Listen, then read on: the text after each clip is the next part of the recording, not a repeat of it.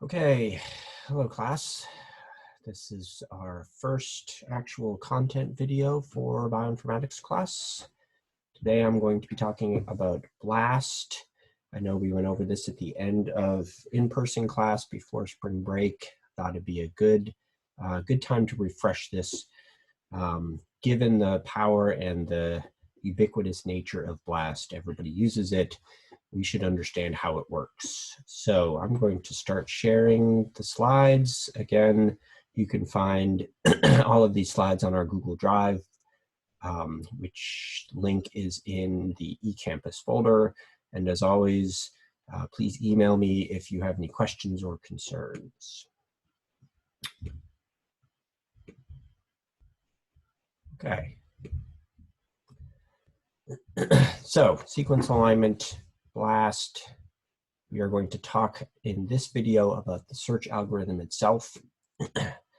If you remember, we were talking initially about the difference between a global and a local alignment. Here it is in graphic version without going into details again. Global alignment allows you to align two sequences over the entire length of both. A local alignment allows you to align regions of these two sequences, irrespective of their total alignment length. Here we have the two same sequences. On the top is a global alignment of the two. You can see that there's very little correspondence. The gray lines in between indicate identity between bases. Down below is a local alignment of the same two sequences, and you can see that a domain of high identity pops out in the middle. In general, we are interested in local alignments in biology. We've discussed why that is so. For the most part, proteins function as domains interspersed by regions of perhaps lower or different sequence conservation. We are interested in pulling those domains out when we're looking for one sequence match with another. So we've talked about how we would do this from a computer science perspective. Here's a quick summary of how we align two sequences. To address a global alignment, we use a program or an algorithm approach typified by Needleman-Wunsch, which was one of the original algorithms. Again, here is the formulation. You find the best alignment between two strings. For local alignment problems, we use something called Smith-Waterman. These are not the only algorithm approaches, but just two of the most common and initial alignments. You can still run Needleman-Wunsch and Smith-Waterman alignments. You can find these on the internet if you want to align two sequences together. The advantage of these programs is that they are guaranteed to provide you the optimal alignment. And generally, we get an alignment score out of this. Something like BLAST, as we'll see, is not guaranteed to give you an optimal alignment. Okay, what if we have more than two sequences? As an example, searching for one sequence inside of a larger database containing many sequences. If this sounds familiar, this is a very common task in bioinformatics. Sequence searching is actually sequence alignment in disguise.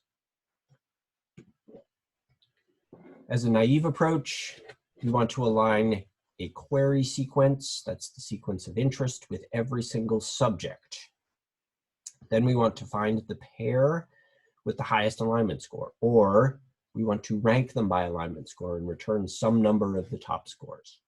The drawbacks, as we discussed, this is highly inefficient. If you look at NCBI's RefSeq database, this is only one database on NCBI. It has grown substantially over the years and now contains approximately 170 million protein sequences. If we restrict our searches to just that, then matching one query against 170 million sequences would take much too long. So this appears to be not feasible, our naive approach. So how do we approach this? Well, from a usability perspective, we approach it by pasting a sequence into a text box here on the BLAST web page, clicking the BLAST button down here. BLAST basic local alignment search tool will then go into the NCBI database. In this particular case, the default database is here called non-redundant protein sequences, or NR, and pull out the top matches to our query sequence. What's happening behind the scenes? Well, a few notes about BLAST before we start. BLAST, as the name implies, makes local, not global alignments. As such, it can be tuned for short stretches of similarity. It's designed specifically for searching against a large database of sequences. Now you can go back to the BLAST website, and there's a checkbox that says align 2 or more sequences. You can then paste a sequence in this box and a sequence in the box that pops up down here and do a pairwise alignment with BLAST. Again, there's no advantage to BLAST over something like Smith-Waterman for a pairwise alignment. In fact, there are a lot of disadvantages. However, this is a very easy way to get a quick pairwise alignment. We don't often use it for that. It uses the BLAST algorithm, what we call heuristics or shortcuts. We're going to see what some of those shortcuts are. Because it uses shortcuts, the BLAST algorithm is much faster than a Smith-Waterman or related algorithm. However, it cannot guarantee an optimal solution. So how does BLAST work? So it works in a couple steps. The first step is called the seed step or seeding step. It takes your query sequence, it divides it up into words. These are consecutive letters of a particular length. In this case, I have the length of 3. It takes all 3-letter words that make up your query. It looks up each of those words in a matrix of words and scores. The score in a matrix corresponds to how closely the word matches the word that you're using. For example, here's PQG. PQG matches itself. Of course, that has a highest score. PEG is different by 1. That's a slightly lower score. PRG as well, PKG, etc., etc. At some point, there is a threshold. The default here is 13. There's a threshold score below which the BLAST algorithm ignores any 3-letter words. Okay? So for each 3-letter word, it extracts the neighborhood of that word. Then it takes all of those neighborhood matches and searches for them in the subject database. In this particular case, by default, the subject database is called NR. That's all protein sequences, all non-redundant protein sequences. This can be done very quickly. It can be done quickly because there's no concept of aligning. It's just searching for an exact match, like the find function in your web browser or Microsoft Word document. That can happen very quickly.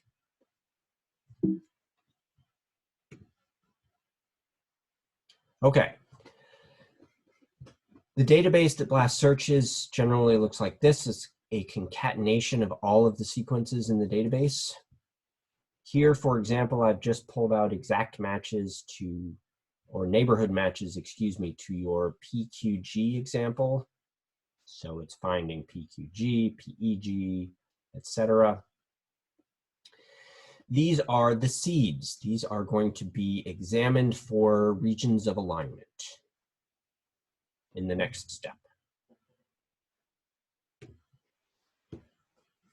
Okay, once it finds a seed, it takes that seed and it tries to extend the alignment in either direction from the seed. So here's our seed we're starting with.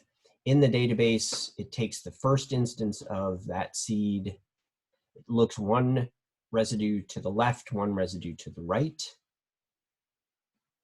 And it sees if the database sequence to the left and right matches your query sequence, and it assigns a score. For example, in this particular seed, there is a T to the left, which matches the T in your query. There's a Q to the right, which doesn't match your query. Then it steps out another residue, and it tries to match the next residues. Here we have the opposite situation. The K to the left doesn't match, and L to the right does match, et cetera, et cetera. It keeps stepping out and calculating the score until it reaches a minimum allowed match score. In this case, I've graphed it abstractly down below. Here's our seed right here. You can see match scores go up when there's an exact match. They go down when there's a non-exact match. You can see it meanders to some extent, but eventually will drop off. This is called the extension step. You're taking each seed and you're extending it out to the left and right to find the region of similarity around that seed.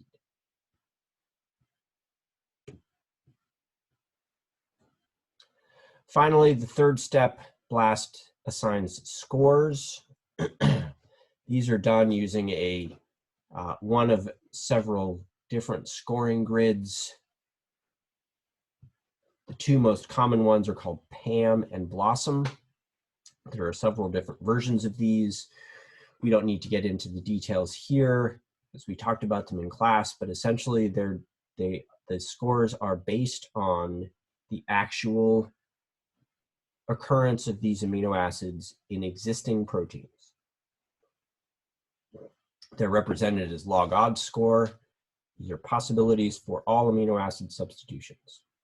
Let's just pick one. You can see here's a cysteine. You can see a cysteine with a cysteine replacement, of course, has a very high score. Cysteine with a arginine, that's a much lower score. That means you don't find that substitution as often as you might find a cysteine to an alanine, which has a 0 score. The choice of your model here can affect the alignment scores, which can affect the results that BLAST will return you. And so it's important to pay some attention to what model you're using to score your alignments. Here I've summarized the primary alignment scoring grids that are available in BLAST. Essentially, each of these alignment scoring matrices uses a slightly different set of proteins to generate the probabilities here, or the scores in this grid. So the PAM1 and Blossom 80 matrices are built on protein sequences with fairly low divergence, say all the E. coli proteins or all the gamma proteobacteria proteins. At the other end of the extreme, you have grids like PAM250 or Blossom 45, which are built from more divergent protein sequences, say all human, yeast, and E. coli. So the choice of your model can affect your scores, which can affect the results that BLAST will return to you. Okay. This region of high score around a seed is called a high scoring segment pair. The pair comes from the database region that you've pulled out and your query. HSPs that intersect along a query sequence can be merged together so that you get a region larger than a single HSP.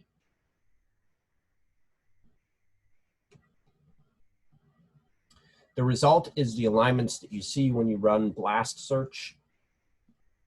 Here's just a quick summary of what happens in the search algorithm. Here is your query. 3-letter words, or N-letter words if you want to change that. N-letter words are pulled out. Neighboring N-letter words are identified and used to pull seeds out of the larger database. This essentially restricts your search space. Each of those seeds are then extended to discover high-scoring segment pairs. Those high-scoring segment pairs are merged if possible, and the result returned to you. In the next installment of BLAST, we will talk about the scoring and the statistics and what all those numbers mean on your BLAST results. Okay, that's it for now. Thank you, and I will see you again soon.